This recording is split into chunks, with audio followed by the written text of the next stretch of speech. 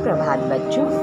आज हम लोग आपकी हिंदी पाठ्य पुस्तक बसंत भाग 2 के 9वें पाठ चिड़िया की बच्ची का अध्ययन करेंगे। बच्चों, यह जो कहानी है यह एक छोटी सी चिड़िया जो अपने घोंसले से भटककर एक व्यक्ति माधव दास के बहुत ही सुंदर से बगीचे में आ बैठी थी।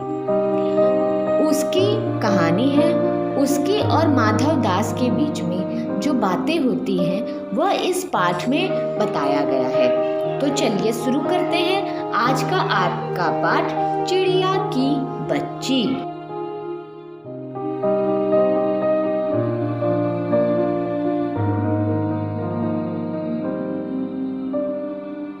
माधव दास ने सोने की एक कोठी बनवाई थी। उनका बागीचा भी था जो बहुत बड़ा था और बहुत सुंदर। माधव दास के पास किसी चीज की कमी नहीं थी। बागीचे में खूब सुंदर फूल लगे हुए थे, फव्वारे थे। माधव दास पूरी तरह संपन्न थे, किंतु अकेले। गर्मी के दिनों में वह मसनत के सहारे बागीचे में घंटों बैठे रहते और प्रकृति की शोभा देखा करते थे।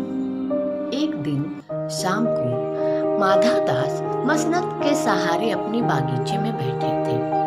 आसमान में बादल थे। तभी उन्होंने देखा कि एक छोटी सी नन्ही सी चिड़िया उनके गुलाब की डालियों पर आकर बैठी। वह चिड़िया बहुत सुंदर थी।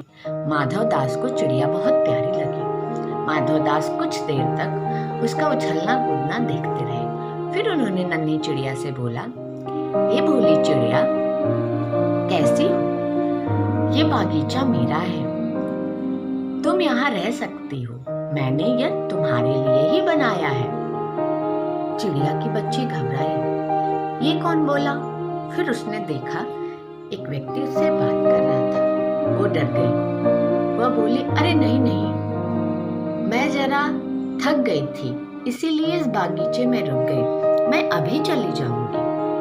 तब माधव दास ने कहा, अरे नहीं नहीं पगली, ये बागीचा इतना सुंदर है, यहाँ कोई नहीं रहता। ये मैंने तुम लोगों के लिए ही बनवाया है। तुम यहाँ रहो।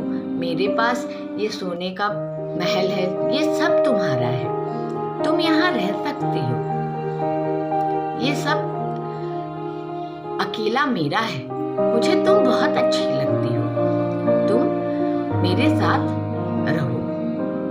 बच्ची बोली, अरे नहीं नहीं, मैं तो अपने घोंसले से थोड़ा उड़ आई थी आसमान की सैर करने के लिए। मैं अभी चली जाऊंगी, आप परेशान मत हो। माधव दास ने कहा, नहीं नहीं पगली, इसे तुम अपना ही समझो।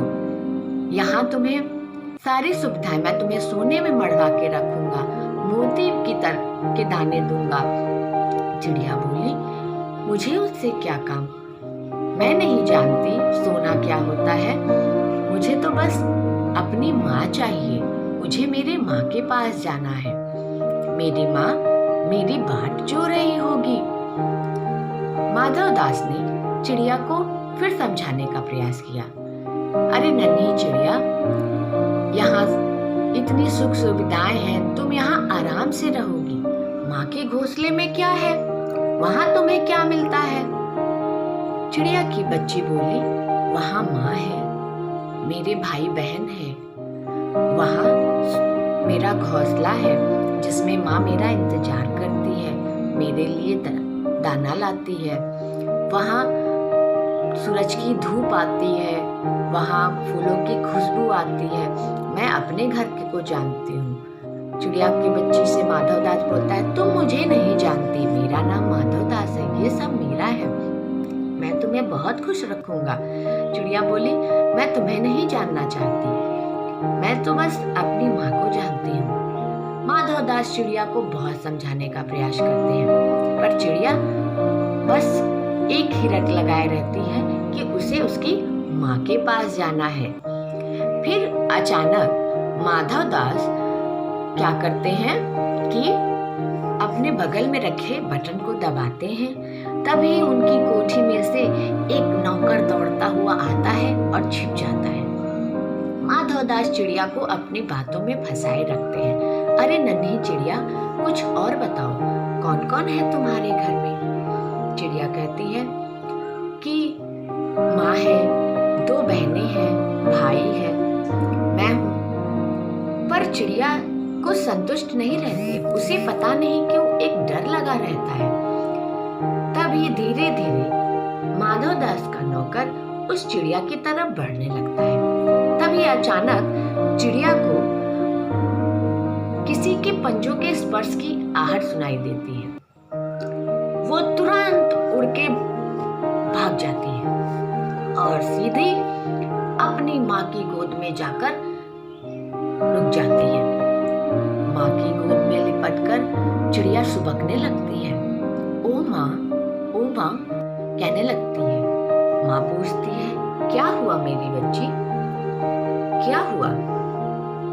चिड़िया कहती है, ओ माँ, वो कुछ नहीं बता पाती और अपनी माँ की गोद में अपना घर, अपना परिवार बिना कुछ कहे सुकून भरी सी नन्ही सी चिड़िया भी किसी के बहकावे में नहीं आई। उसने माधवदास के इतने बड़े प्रस्ताव को ठुकरा दिया। माधवदास उसे सोने चांदी सारी चीजें देना चाहता था, लेकिन उसे उसका पिंजड़ा, उसका घर ही प्यारा था। उसकी माँ की गोद ही प्यारी थी। इसीलिए वह अपनी माँ के पास चली आई। तो इस कहानी से क्या सीख मिलती है? इस कहानी से हमें यही सीख मिलती है कि चाहे कैसी भी परिस्थिति हो, कैसा भी आर्थिक स्थिति हो, चाहे जैसी भी, लेकिन अपना घर, अपनी माँ सबसे प्यारी।